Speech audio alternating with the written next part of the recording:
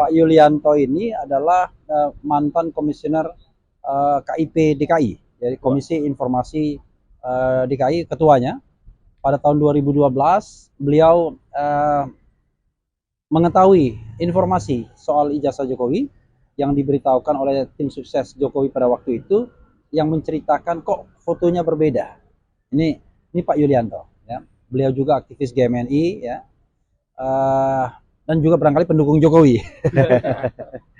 Ya, walaupun secara etik tidak boleh mendukung, tetapi secara sosiologis politik, ya, kalau GMNI kan kita tahu arah politiknya pada waktu itu. Nah, yang kedua yang akan kita hadirkan adalah wartawan senior, ya, Edi Mulyadi. Mulyani itu temannya, ya, Edi Mulyadi, yang kita tahu pernah berpengalaman dengan jin buang anak dan sempat nyantren juga, ya, beberapa bulan gara-gara hanya pernyataan jin buang anak. Dan kita tahu bahwa itu adalah pasal-pasal yang anti demokrasi, banyak dikenakan pada aktivis. Tetapi yang kita minta dari Bang Edi adalah kehadirannya ke Yogyakarta pada tanggal 15 April 2025. Karena 15 April itulah yang menandai sebenarnya kehadiran Roy, Resmond, dan Tifa. Jadi 15 April itu para aktivis TPUA, termasuk juga aktivis lainnya, termasuk juga RRT, itu mendatangi Universitas Gadjah Mada untuk meminta klarifikasi dan data terhadap ijazah dan juga skripsi Joko Widodo. Dilanjutkan pada tanggal 16 ke Solo, tetapi RRT tidak ikut ke sana. Nah, Mas Edi ini jurnalis yang paling awal mewawancarai RRT. Dan pada waktu itu ada pernyataan dari Dr. Tifa misalnya, kalau mereka datang itu untuk melakukan penelitian. Jadi clear bahwa mereka adalah melakukan penelitian, dan memang terbukti Dr. Tifa sampai saat ini masih melakukan penelitian di dua universitas untuk gelar doktoral dia.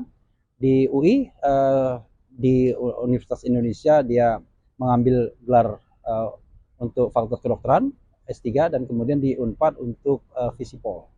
Dan itu bersamaan waktunya. Jadi bisa dibayangkan kan, bersamaan waktunya, dan harus selesai Juni atau Juli ini, semester ini, dalam kondisi sebagai tersangka. Kami yang mengkoordinir saksi dan ahli yang dipanggil atau yang kita ajukan di Polda Metro Jaya. Jadi ada dasar pengajuan saksi dan ahli yang tambahan ini, karena kita dengar sebelumnya ada P19 itu menekankan bahwa kita diperkenankan untuk bawa ahli dan saksi. Kemudian di KUHP baru pasal 39, ya, semua saksi ahli yang kita ajukan itu wajib diperiksa oleh penyidik. Nah, berdasarkan dua dasar tersebut, akhirnya kita ajukan gelombang kedua. Gelombang pertama kemarin, seperti rekan-rekan ketahui semua, 7 orang ahli semua, profesor dan 1 doktor, sudah di BAP, di penyidik. Dan ini masuk gelombang kedua, yaitu hari ini ada 2 orang saksi fakta, dan besok itu ada 2 ahli, tanggal 11. Kemudian hari tanggal 12 itu ada 4 ahli yang luar biasa. Nah, untuk hari ini sudah jelas tadi dijelaskan oleh Profesor Refli Harun, dan yang sebelah kanan dan sebelah kiri, dan besok tuh ada 2 ahli yang sudah biasa berkecimpung di dalam KIP, Komisi Informasi Publik. Nah, untuk itu kita bawa mereka besok ke sini, dua-duanya ahli. Dan tanggal 12 ada 4 orang ahli lagi.